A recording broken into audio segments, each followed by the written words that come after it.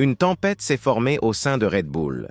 Alors que Max Verstappen reste l'imbattable quadruple champion de la catégorie, une bataille voilée se déroule dans les coulisses de l'écurie autrichienne. 4 concurrents se disputent seulement 3 places disponibles et Helmut Marko s'apprête à annoncer l'un des choix les plus controversés de ces derniers temps. Le plus inquiétant ? Aucune alternative en vue ne semble vraiment inspirante pour une équipe qui a déjà dominé la Formule 1. La tension a atteint des niveaux critiques. Alors que la date limite approche à grands pas, avec le Grand Prix du Mexique prévu fin octobre, les rumeurs qui circulent dans le paddock indiquent une direction susceptible de surprendre tout le monde.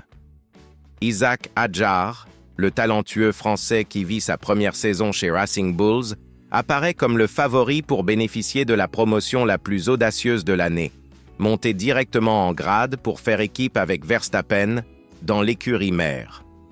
Mais réfléchissons avec prudence à cette situation. Comment en sommes-nous arrivés là ? La situation actuelle de Red Bull est le résultat d'une série d'investissements infructueux et de choix qui ont généré plus de complications que de solutions. Yuki Tsunoda, qui aurait dû s'imposer comme une alternative fiable aux côtés de Max, n'a tout simplement pas répondu aux attentes. Pendant plusieurs semaines, le pilote japonais n'a occupé que la 19e place du championnat, devançant uniquement les pilotes d'Alpine et Franco Colapinto, qui cherche toujours à marquer ses premiers points en carrière. Il s'agit d'une statistique dévastatrice pour quelqu'un qui pilote l'une des voitures les plus compétitives du plateau. Ce n'est qu'après Bakou que Tsunoda a réussi à échapper à cette position embarrassante, mais le mal était déjà fait. La tolérance de Marko et de la direction de Red Bull a atteint ses limites.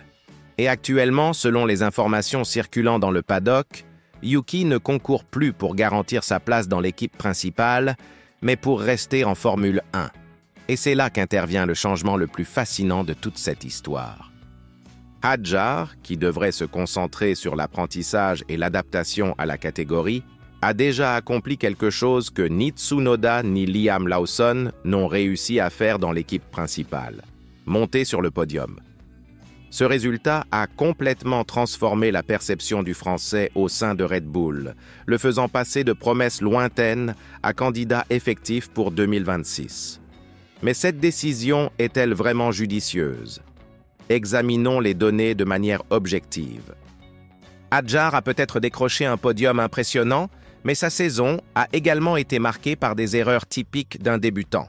À Bakou, par exemple, le Français a fait preuve d'une vitesse brute en s'assurant presque une place en première ligne lors des essais qualificatifs. Mais une erreur dans le dernier secteur lui a coûté 8 précieux dixièmes, le reléguant à la 8e place.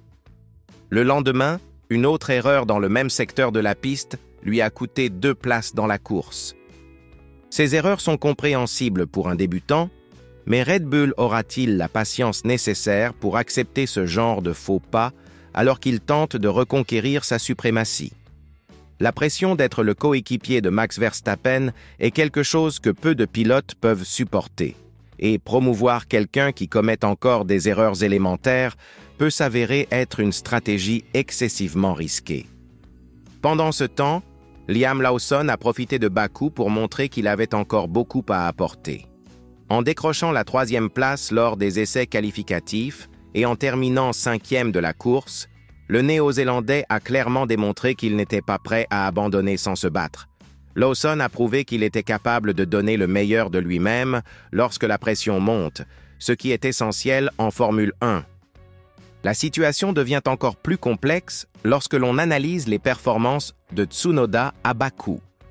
Le pilote japonais a enfin eu accès au même équipement que Verstappen pendant tout un week-end, et le résultat a été encourageant. Une 6e place qui, sans être spectaculaire, a au moins montré des signes d'évolution. Serait-il précipité d'écarter Tsunoda à ce stade ? Et nous ne pouvons pas ignorer Arvid Lindblad, le jeune anglo-suédois qui mène sa campagne en Formule 2. Ces résultats récents ne sont pas convaincants, seulement 30 points lors des 4 dernières étapes, une performance qui devrait automatiquement le disqualifier pour une promotion. Mais Marko semble convaincu du talent naturel de Lindblad, ignorant les chiffres décevants et misant sur un potentiel encore non démontré.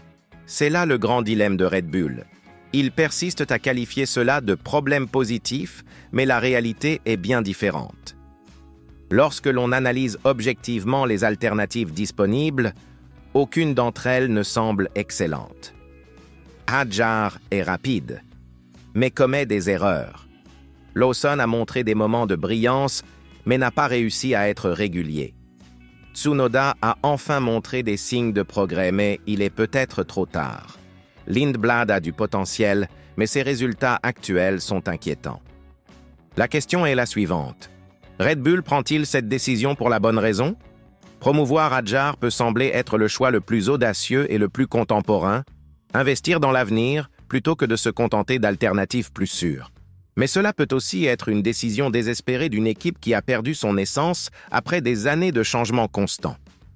Ce qui est le plus frappant, c'est la façon dont cette situation révèle la fragilité de la stratégie de formation des pilotes de Red Bull.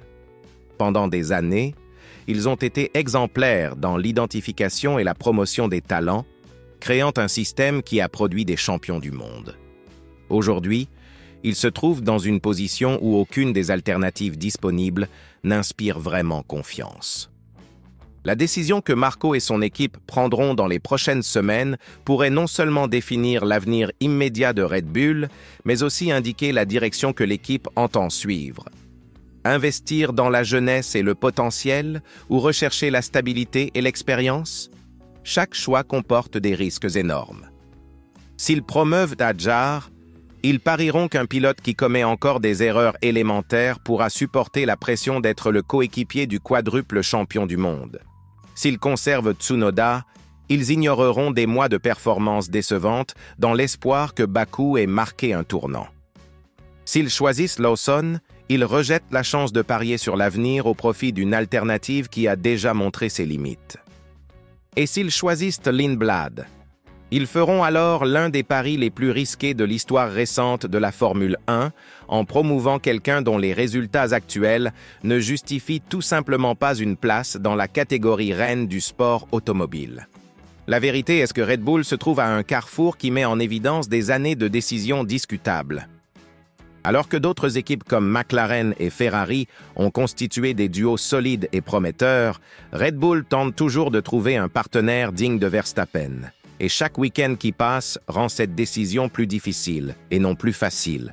Le temps presse, la pression monte, et quel que soit le choix de Marco, il sera accueilli avec scepticisme par une partie importante des fans et des experts. Car, en fin de compte, qualifier cela de problème positif n'est qu'une façon élégante d'admettre qu'aucune des alternatives n'est vraiment idéale.